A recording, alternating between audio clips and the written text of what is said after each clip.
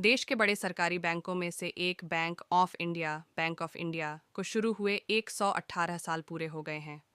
BOI board of industry को 7 सितंबर 1906 को मुंबई के व्यापारिक समुदायों के प्रमुख लोगों ने करीब 50 लाख रुपए के साथ शुरू किया था। इन समुदायों में पारसी, भाटिया, गुजराती बनिया, बोहरा मुस्लिम और यहूदी लोग थे। बैंक ऑफ इंडिया के मुख्य संस्थापक शाहपुरजी ब्रोचा थे, जो कि बैंक के पहले बोर्ड में भी शामिल थे। सरकार की ओर से बैंक का राष्ट्रीयकरण किए जाने तक बैंक निजी हाथों में था। जुलाई 1969 में राष्ट्रीयकरण होने के बाद बैंक की कमान सरकार के हाथ में आ गई। बैंक ऑफ इंडिया का कारोबार भारत के अलावा 15 देशों में फैला हुआ है। 4 सहायक कंपनियों को मिलाकर बैंक के साथ विदेशों में 47 शाखाएं हैं।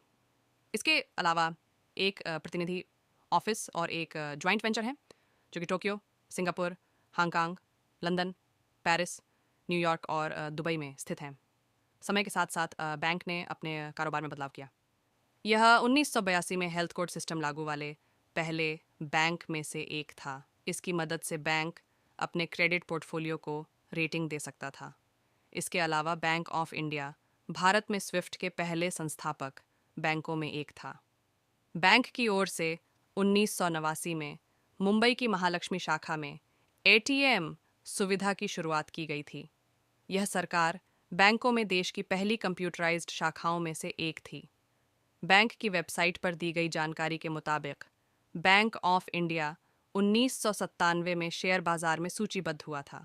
इसके बाद फरवरी 2008 में बैंक में पहली बार क्वालिफाइड इंस्टीट्यूशनल प्लेसमेंट QIP आया था। मौजूदा समय में बैंक का कारोबार भारत के साथ विदेशों में भी फैला हुआ है। भारत में बैंक ऑफ इंडिया की 5100 से ज़्यादा ब्रांच हैं।